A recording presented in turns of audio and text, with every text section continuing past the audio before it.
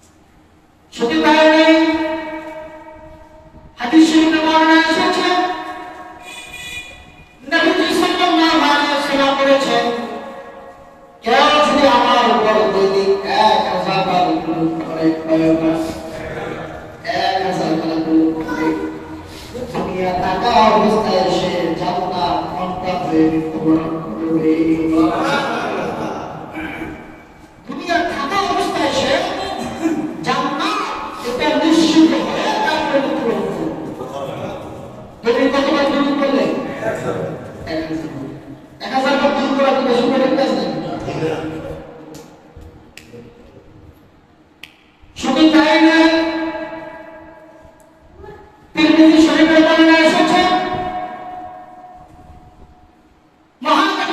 মুহাম্মদ সাল্লাল্লাহু আলাইহি ওয়াসাল্লাম বলেছেন, আমার নিকটে কিয়ামতের ময়দানে জান্নাতের ফুলসিরাতে মিজানের সব জায়গায় একেবারে আমার কাছাকাছি ওই ব্যক্তি থাকবে যে ব্যক্তি আমার উপর বেশি বেশি দরুদ করে। তাই রাসূলের কাছাকাছি যদি ইহকালে পরকাল থাকতে চান তাহলে বেশি বেশি কি করতে হবে? দরুদ শরীফ বড় দরুদ পারেন না, ছোট করেন সাল্লাল্লাহু আলাইহি ওয়াসাল্লাম। যদি দরুদটা ছোট মনে হয় এটার মর্যাদা অনেক বেশি। আপনারা দরুদে হাজির করেন, আল্লাহ রাব্বুল আলামিন এমন কিছু ফেরেশতা নিয়োজিত করে রেখেছেন, আপনি যখনই মুহাম্মদ সাল্লাল্লাহু আলাইহি ওয়াসাল্লামের দরুদ পড়বেন সঙ্গে সঙ্গে ফেরেশতারা ওই দরুদটা নিয়ে রাসূলের কাছে পৌঁছিয়ে দেন। অন্য হাদিসে বর্ণনা এসেছে শুধু দরুদটা পৌঁছে দেয় না, যেই ব্যক্তি দরুদ পড়ল তার বাবার নাম সহকারে তার নাম সহকারে নবীজি সাল্লাল্লাহু আলাইহি ওয়াসাল্লামের কাছে পৌঁছে দেওয়া হয়। ইয়া রাসূলুল্লাহ, অমুকের ছেলে অমুক, অমুকের বেটা অমুক, ফুলান ইবনে ফুলান, অমুকের ছেলে অমুক আপনার উপর এতবার দরুদ পাঠ করেছে, এই দরুদের হাদিয়া আপনার কাছে পৌঁছায় দিলাম। সুবহানাল্লাহ। মানে এক্সট্রা কিছু ফেরেশতা আল্লাহ তাআলা রাসূলের দরুদটা মদিনায় মুনাওয়ারায় পৌঁছে দেওয়ার জন্য ফেরেশতা নিয়োজিত করে দিয়েছেন। শুধু তা না, হাদিসে বর্ণনা এসেছে একজন ফেরেশতা আল্লাহ রাসূলের রওজার কাছে কন্টিনিউ 24 আওয়ার্স নিয়োজিত করে রেখেছেন। কেউ যদি দরুদ পড়ে আর ওই ফেরেশতা এমন পাওয়ার দেওয়া হয়েছে পৃথিবীতে যত মানুষ আছে সবার মানুষ অনুযায়ী তাকে একটা করে কান দান করা হয়েছে। সে মুসলমানের জনপদের ছেলে রাসূল সাল্লাল্লাহু আলাইহি ওয়াসাল্লামের উপর দরুদ পাঠ করছে, আর ওই ফেরেশতা রাসূলের কাছে দরুদটা পৌঁছে দেয়। দরুদ পাওয়া হচ্ছে বিপদে পড়ছে, কি করবে? দরুদ পড়বে, বিপদ দূর হয়ে যাবে। আর দরুদ পড়লে কি রহমত বর্ষিত হয়? আর যেখানে রহমত আছে সেখানে কোনো গজব আছে? যেখানে রহমত আছে সেখানে কোনো বিপদ আছে? যেখানে রহমত আছে সেখানে কোনো ক্ষতিগ্রস্ত হবে না। বিপদে পড়ছে, হতাশ হওয়ার দরকার নাই, কি করবেন? সাল্লাল্লাহু আলাইহি ওয়াসাল্লাম, সাল্লাল্লাহু আলাইহি ওয়াসাল্লাম, সাল্লাল্লাহু আলাইহি ওয়াসাল্লাম। নবী শরীফ বলেন যে আমার উজ্জ্বল হয় কিয়ামতের ময়দানে নবী সাল্লাল্লাহু আলাইহি ওয়াসাল্লাম মেহমান দিয়েছিল বলবে আমার উম্মত যারা দেখে যারা শুধু নূর ঝলমল করবে। শুধু তাই নয়, নবীজি আর বলেছেন কেউ যদি জুমার দিন আসর নামাজের পরে আমার উপর আশীর্বাদ করুন অথবা আশীর্বাদ আল্লাহ রাব্বুল আলামিন তার 80 বছরের সগীরা গুনাহ মাফ করে দিবেন। আর আপনি দরুদ পড়তে চাই, দরুদের কত প্রয়াস, শুধু আমরা দরুদ পড়ব, শুধু কি আর জিন্দিগি ইনসান এই বিচারই করবে? এই দরুদ আল্লাহ সুবহানাহু নামাজ পড়া, নামাজ কারা করে? শুধু জিকির ইনসান আল্লাহ নামাজ পড়ে, ফেরেশতারা পড়ে, রোজা কি? রোজা রাখে না জিনা ইনসান, ফেরেশতারাও রাখে না, আল্লাহ রাখে না। হজ করে কারা? জিনা ইনসান, ফেরেশতারাও করে না, আল্লাহ করে না। যাকাত ফেরেশতারা দেয় না, আল্লাহ দেয় না, দেয় কারা? জিনা ইনসান। কিন্তু একটা আমল ফেরেশতারা করে, শুধু ফেরেশতারা নাম সৃষ্টি করতে পর্যন্ত করে, সুবহানাল্লাহ। সেটা হচ্ছে আমার রাসূলের সাল্লাল্লাহু আলাইহি ওয়াসাল্লাম। সুবহানাল্লাহ।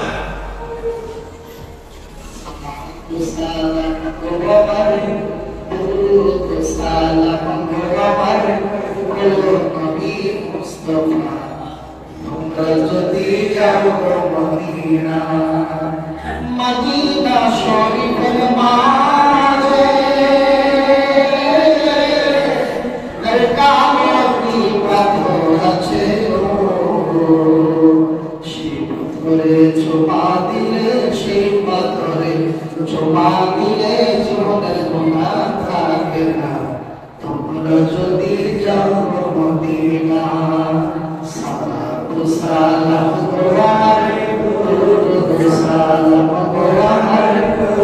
Nabi Mustafa Rasulullah Madinah তাহলে বুঝা গেল যে ফরজ ইবাদত নামাজ রোজা হজ যাকাতের চেয়ে গুরুত্বপূর্ণ কারণ নামাজ রোজা হজ যাকাত কিছু আল্লাহ আদায় করে না কিন্তু প্রতিনিয়ত আল্লাহ বলে ইন্নাল্লাহা ওয়া মালাইকাতাহু ইউসাল্লুনা আলান নবী সুবহানাল্লাহ আমি আল্লাহ আমার হাতের উপর গ্রহণ করি শুধু আমি একা না ফেরেশতা বন্ধু আছে তাহলে বুঝা গেল নামাজ রোজা হজ যাকাতের চেয়ে গুরুত্বপূর্ণ কোনটা বেশি তাহলে কোন চলতে পারবে না চলবে চলবে না তাহলে প্রতিনিয়ত কি চলবে হাঁটতেছেন সাল্লাল্লাহু আলাইহি ওয়াসাল্লাম বসে আছেন সাল্লাল্লাহু আলাইহি ওয়াসাল্লাম কাজ করতেছেন সাল্লাল্লাহু আলাইহি ওয়াসাল্লাম হাত দিয়ে কাজ করেন মুখবান না সাল্লাল্লাহু আলাইহি ওয়াসাল্লাম সাল্লাল্লাহু আলাইহি ওয়াসাল্লাম সাল্লাল্লাহু আলাইহি ওয়াসাল্লাম ঘুমের ঘরে কিন্তু মুহাম্মদ সাল্লাল্লাহু আলাইহি ওয়াসাল্লাম বিদাত হোসেন নামাজ পড়লে কি মুহাম্মদ সাল্লাল্লাহু আলাইহি ওয়াসাল্লাম বিদাত নসিব হবে গুরু যে যত বেশি করবে তত তাড়াতাড়ি মুহাম্মদ সাল্লাল্লাহু আলাইহি ওয়াসাল্লামের বিদাত তাড়াতাড়ি নসিব তার মানে এটা নামাজ পড়লে ছেড়ে দিল তার মানে এটা নামাজ পড়া বাদ দিল এগুলো রাখবে এগুলোর পাশাপাশি কন্টিনিউ যে আমলটা করবেন সেটা হচ্ছে রাসূলের সেটা কার করে রাসূল সাল্লাল্লাহু আলাইহি ওয়াসাল্লামের তাহলে ইনশাআল্লাহ আমরা আজকে আলোচনা থেকে প্রস্তাব যে সদা সর্বদা কার গুরুত্ব চলবে কার গুরুত্ব চলবে যেটা আল্লাহ করে ফেরেশতা করে জিন করে ইনসান করে সবাই করে সেটা আমরাও করবো ইনশাআল্লাহ এই গুরুদের মাস গুরু বেশি বেশি করবে সালাতু সালাম বেশি বেশি করবে যে সালাতু সালাম আল্লাহ নিজেই করে আমাদের প্রতি ভালোবাসায় পাগল হলেন সুবহানাল্লাহ বলতে আমরা কোনো সমস্যা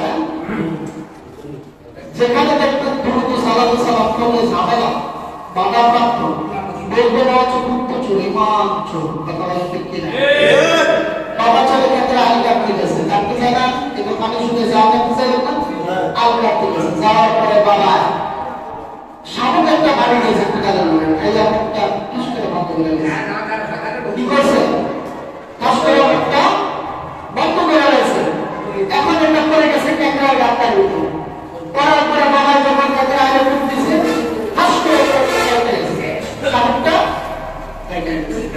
এখন বাবা সন্তানকে বলে আব্দুল্লাহ দেখিস এখানে পাড়া দিস না পা কাটা যাবে কি কাটা যাবে পা কাটা যাবে অর্থাৎ ইমান কাটা যাবে এমন কিছু মানুষ আছে শামুকের কথা দুরূদ শুনলে এতক্ষণ কিন্তু হা বলেছিল দুরূদ শুনলে হাস করে বললে বলে কান বসে এদের ফ্যানটা কাটা যাবে ওইটার ভিতরে পা দিলে কি কাটা যাবে ইমান কাটা যাবে কি কাটা যাবে দুনিয়ার সামনে কাটা দিলে পা কাটা যায় আর এই গুপ্ত ছিল তাদের পাড়া দিলে ইমান কাটা যায় এই জন্য আল্লাহ শুধু বলে নেয় মুসলমান তোমরা বিরুদ্ধ আল্লাহ বলছে হে বলবে এই মানদারগণ তোমরা যারা শুধু আল্লাহর প্রতি ইমান আনে তারা কি ইমান করেছে ইমান যদি আনতে হয় তাহলে কারো কারো ইমান আনতে হবে আল্লাহ এটা রাসূলের উপর একটা কথা স্পষ্ট মনে রাখবেন আল্লাহকে ভালোবাসলে রাসূলকে ভালোবাসা হয় না কিন্তু রাসূলকে ভালোবাসলে আল্লাহকে ভালোবাসা সুবহানাল্লাহ এই জন্য আল্লাহ বলছে বন্ধু আগে আপনার ভালোবাসা তারপরে আমার ভালোবাসা সুবহানাল্লাহ জন্য সদা সর্বদা মানুষ পাগল বলুন, খারাপ বলুন, কি করবো দেখার বিষয় না। আমার রসুল কি বলে সেটাই হচ্ছে বড় বিষয়। আমার রসুল আমাকে কি বোঝে, আমার রসুল আমাকে কতটুকু ভালোবাসে, আমি রসুলকে কতটুকু ভালোবাসি, এটা হচ্ছে বড় বিষয়। আপনি দুনিয়ার মানুষ, আপনি সবার নাম জুড়ে হয়ে আসলে বাবা, আপনি সবার নামে পরিচয় করবেন না, সবাই আপনাকে ভালোবাসবে না, কেউ আপনাকে পছন্দ করবে, কেউ করবে না, এটাই স্বাভাবিক, এটাই দুনিয়ার নিয়ম। কিন্তু আমার রসুল আমাকে ভালোবাসে, দুনিয়ার সকল ভালোবাসা আমার কাছে পৌঁছে। কথা বলেন ঠিক কিনা? দরকার কার ভালোবাসা? কার ভালোবাসা? শাফাআতের কান্ডারি রাসূলুল্লাহ